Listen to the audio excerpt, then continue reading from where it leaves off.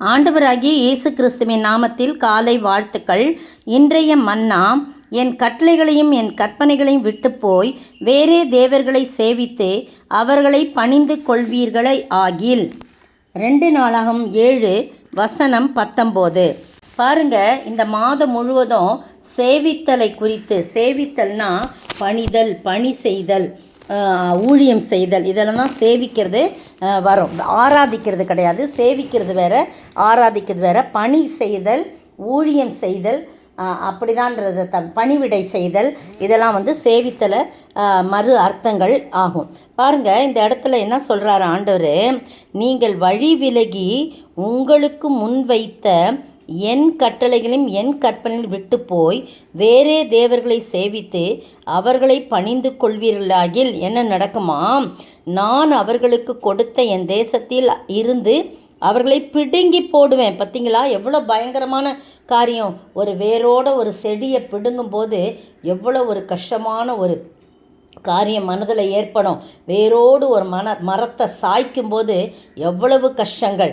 ஆனால் ஒரு மனிதனையே அப்படியே பிடுங்கி என் நாமத்திற்கென்று நான் பரிசுத்தப்படுத்தின இந்த ஆலயத்தை என் சமூகத்திலிருந்து தள்ளி அதை எல்லா ஜனசதலங்களுக்குள்ளும் பழமொழியாகவும் வசை சொல்லாகவும் வைப்பேன். நம்மளை என்ன பண்ணுவாராம்? பழமொழியாகவும் வசை சொல்லாகவும் வைப்பாராம். பாருங்கள், கர்த்தர் ஒரு நாள் சாலமோனுக்கு தரிசனமாகி, நான் உன் விண்ணப்பத்தை கேட்டு இந்த ஸ்தலத்தில் நீ எனக்கு பலியிடும் ஆலயமாக நான் தெரிந்துட்டேன்.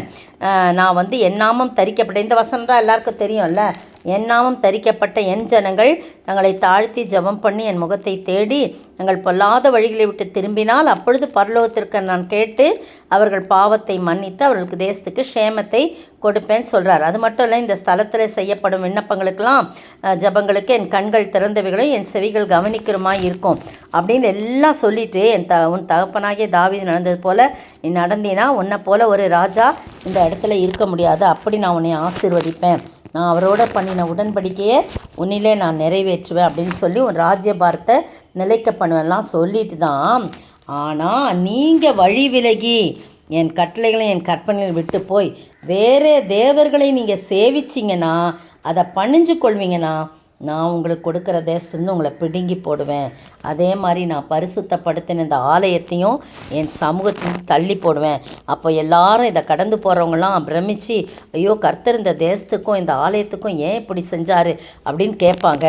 அதற்கு அவர்கள் எங்கள் பிதாக்களை எகிப்து தேசத்திலிருந்து புறப்பட பண்ணின தங்கள் தேவனாய் கர்த்தரை விட்டு வேறே தேவர்களை பற்றி கொண்டு அவர்களை நமஸ்கரித்து சேவித்தபடியினால் கர்த்தர் இந்த தீங்கையெல்லாம் அவர்கள் மேல் வரப்பண்ணினார் என்று சொல்லுவார்கள் என்றார். நீங்களும் நானும் நமக்கு கொடுக்கப்பட்ட இந்த உன்னதமான வாய்ப்பை பயன்படுத்தி கடைசி வரைக்கும் அவருடைய கற்பனைகளையும் கட்டளைகளையும் கை கொண்டு அவரை விட்டு விலகாமல் அவரையே சேவித்து வாழும்போது கர்த்தர் நம்மை ஆசீர்வதிப்பார். சாலமோனை ஆசீர்வதித்த தேவன் நம்மையும் ஆசீர்வதிக்க வல்லவராயிருக்கார். அதை விட்டுவிட்டு நாம் எங்கேயோ ஓடிக்கொண்டு போய் எதையாகிலும் சேவிக்க ஓடுவோம் என்று சொன்னால் நிச்சயமாய் ஆண்டவர் அதற்கு பயங்கரமான ஒரு சாபத்தை நமக்கு கொடுப்பார். அதனால் சாபம் என்பதல்ல, ஆசீர்வாதமான காரியத்தை ஆண்டவரிடத்திலிருந்து பெற்றுக்கொள்ள அவரையே சேவிப்போமா? ஜெபிப்போம். கர்த்தரையே சேவிப்பது ஆகாததென்று கண்டால் யாரை நீ சேவிப்பாய் என்பதை இன்றே தீர்மானம் செய்வாய். நானும் என் வீட்டாருமோ வென்றால் கர்த்தரையே சேவிப்போம். நீயும் சேவிப்பாயா? நீயும் சேவிப்பாயா? சோத்தரிக்கிற ஆண்டவரே, துதிக்கிற ராஜா, உம்மை விட்டுவிட்டு எங்களை எகிப்து தேசத்திலிருந்து வரவழைத்த உம்முடைய நாமத்தை விட்டுவிட்டு உம்முடைய கற்பனைகளை எல்லாம் விட்டுவிட்டு நாங்கள் எங்கெங்கேயோ ஓடிக்கொண்டிருக்காதபடி இந்த இஸ்ரவேல் ஜனங்கள் அப்படி ஓடிக்கொண்டிருந்தனால நீங்கள் எவ்வளோ வேதனைப்பட்டீங்க ஆண்டவரே.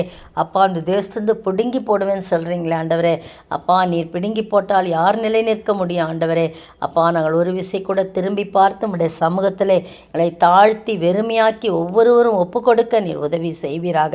இந்த தேசத்திலே க்ஷேமமாய் வாழ்ந்து உமக்கு சாட்சியாய் வாழ, உம்மையே சேவித்து வாழ நீர் உதவி செய்ய வேண்டும் என்று கர்த்தரும் மீட்பரும் ராஜாமா இயேசு கிறிஸ்துவின் விலையேற பெற்ற நாமத்தில் ஜெபிக்கிறேன் பிதாவே, ஆமேன். நேற்றைய பதில் 1. பிலிப்பு அவரை நோக்கி, ஆண்டவரே, பிதாவை எங்களுக்கு காண்பியும், அது எங்களுக்கு போதும் என்றான். யோவான் 14:8. 2. காணாதிருந்தும் விசுவாசிக்கிறவர்கள் பாக்கியவான்கள் என்றார். யோவான் 20:29. 3. 16 தேசத்தார் அப்போஸ்தலர் 2:8-9. 4.